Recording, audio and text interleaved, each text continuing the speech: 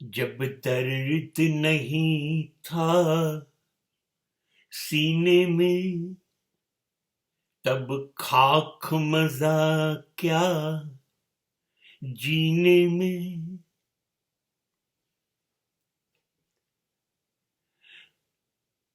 दुख માંગો,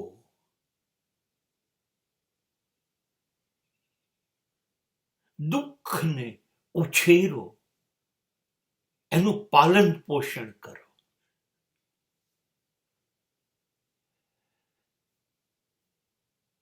એક વખત કુંતીને કૃષ્ણે કહ્યું, માં આશીર્વાદ માંગો, અને કુંતીએ કહ્યું, જેટલું વધુ દુઃખ આપી શકાય એટલું કિશન દુઃખ આપ મને.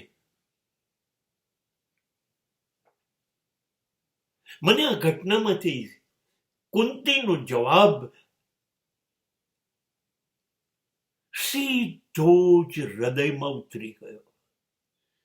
એને કીધું, કૃષ્ણ સુખ હોય ત્યારે તું યાદ નથી આવતો, તો ત્યારે જ યાદ આવે છે જ્યારે મારી પર પહાડ જેવા દુઃખ તૂટી પડે છે, અને ત્યારે મારી જોડે કોઈ હોતું નથી મારું પોતાનું, જેને જીવનભર મારા મારા કર્યા. આ મારા મારા પાછળ માર્યો માર્યો ફર્યો, એ કોઈ નથી આવતું. કૃષ્ણ તું યાદ આવે છે, એટલે દુઃખ આપ મને. આ this will be a practical solution. દુઃખ કાયમ છે.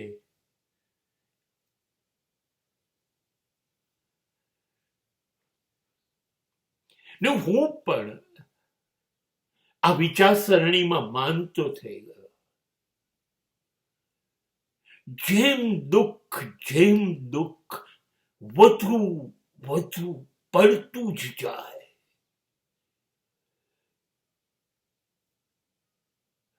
હૃદયમાંથી ચીચિયારીઓ ઉઠે, દિલ બૂમો પાડે, બસ और नहीं, बस और नहीं, गम के प्याले और नहीं. એવું તો પણ હું કહીશ, યસ, અભી ઓર. એવું કંઈક કર, હજી બધું દુઃખ પડે. હું વેરાઈ જઉં, હું તૂટી જઉં, હું છિન્ન ભિન્ન થઈ જાઉં, એટલું દુઃખ પડે. આંખમાંથી આંસુ સિવાય કઈ ના નીકળે. જીભ બોલતી બંધ થઈ જાય, હૃદય ચૂપચાપ નાનકડી ધડકનને પોતે સાંભળી શકે એવી રીતે ધડક્યા કરે. બહુ જ દુઃખ આપ, કેમ કે જ્યારે જ્યારે તું મને દુઃખ આપીશ ત્યારે ત્યારે તો હું જેને મારા કહેતો હતો એની ઓળખાણ થશે. એ સંતાઈ જશે, એ છુપાઈ જશે, એ ભાગી જશે, મારી નજરે નહીં ચડે. તો મને મારા ઓળખીતાઓની ક્યારે થશે? સુખ હશે તો ખરેખર કોણ મારું એ ખબર જ નહીં પડે, કેમ કે બધા જ બૂમો પાડશે, અમે તારી સાથે, અમે તારા, તું અમારો. તું મેરા ચાંદ, મેં તેરી ચાંદની. પણ જ્યારે પહાડ દુઃખના તૂટી પડે, દુઃખના સમુદ્રો ઉભરાય, મોજા છલકાય, ત્યારે આ બધા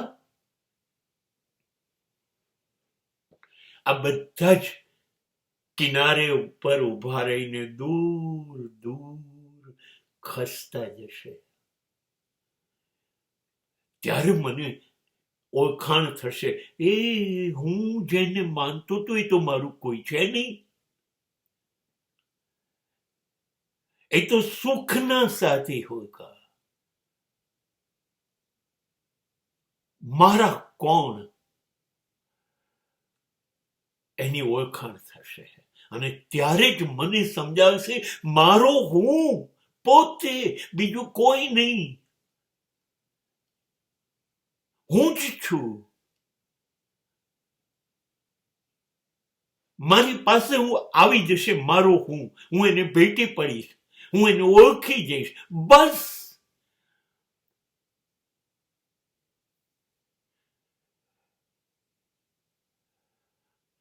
હું મારા હું સાથે